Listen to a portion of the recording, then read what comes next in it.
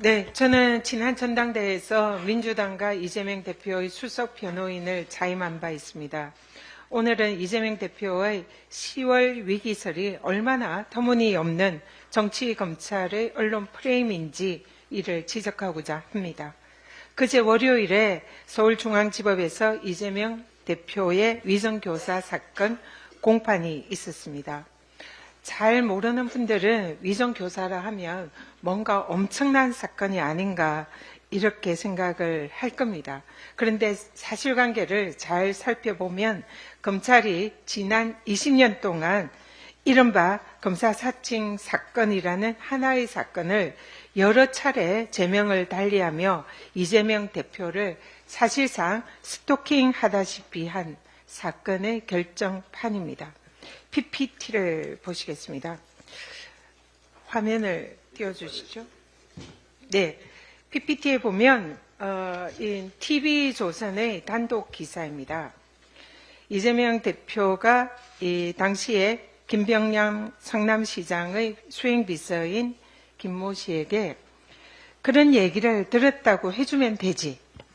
자, 이것만 이런 보면 위정교사인 듯한 그런 생각도 듭니다.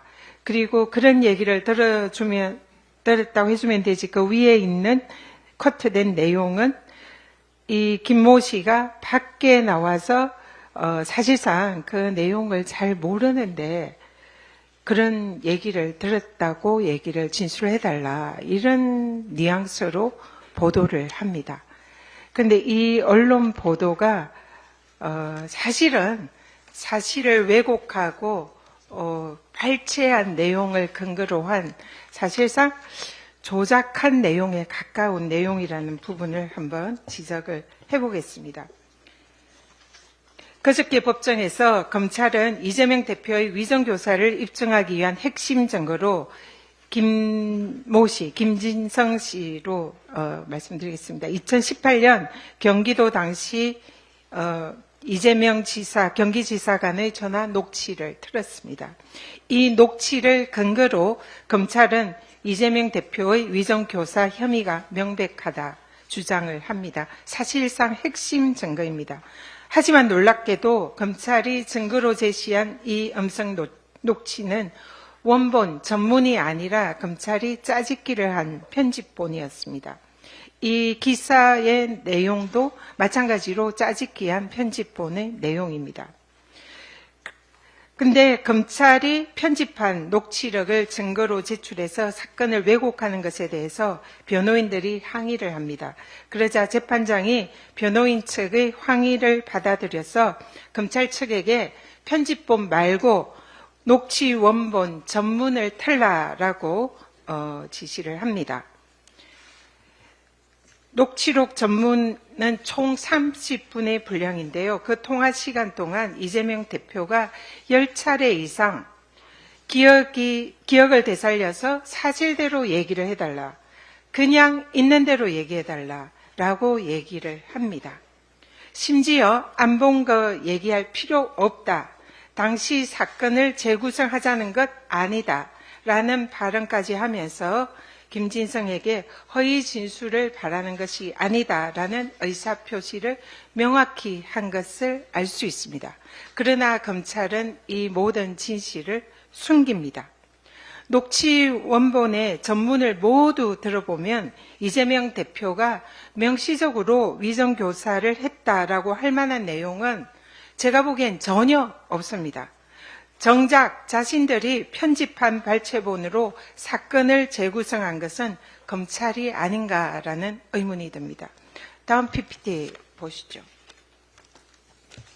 자, 이거는 전문을 가지고 이 사건의 진실을 말씀드리겠습니다.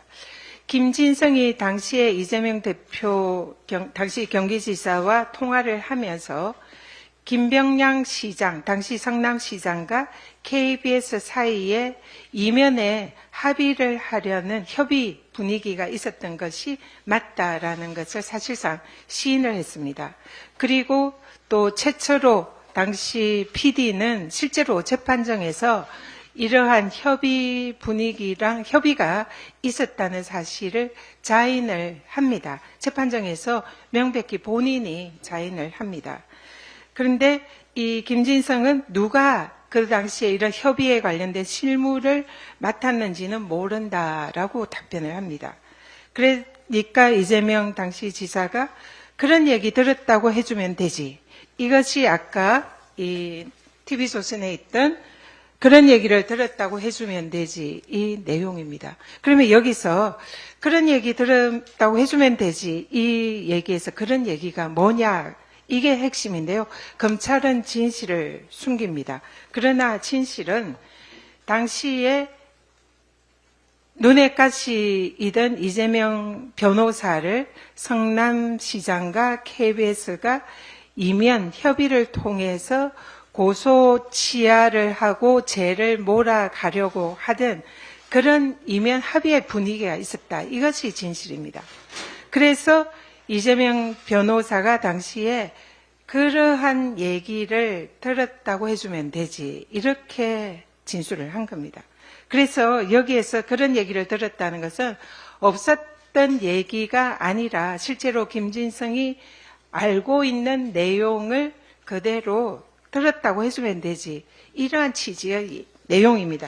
그래서 전반적으로 모두 이재명 변호사가 당시에 사실을 진실 그대로 사실대로 얘기해달라. 이것이 녹취록 30분의 전문의 전체에 흐르는 그 내용입니다. 그래서 사실상 이 검찰이 편집한 발췌본으로 사건을 재구성했고 이에 부합한 일부 언론과 또 일부 정치인들이 사실상 그동안 이재명 대표를 위정교사범으로 몰고 악마의 그런 사실상 악마 몰이를 한 그런 상황인 것 같습니다. 우리가 상식적으로 알 수 있듯이 통상 어떤 문서를 어떤 관점에서 편집하고 짜집기 하느냐에 따라서 문서 내용의 맥락이 완전히 달라질 수 있다는 것은 상식입니다. 검찰은 20년 동안 그들이 타겟으로 삼았던 이재명 대표를 위정교사로 기소하고자 김진성의 녹취록을 그들의 입맛에 맞게 발췌해서 악마의 편집을 한 것이 아닌지 묻고 싶습니다. 검찰의 이러한 악마의 편집은 일종의 증거 조작으로 볼 수 있습니다.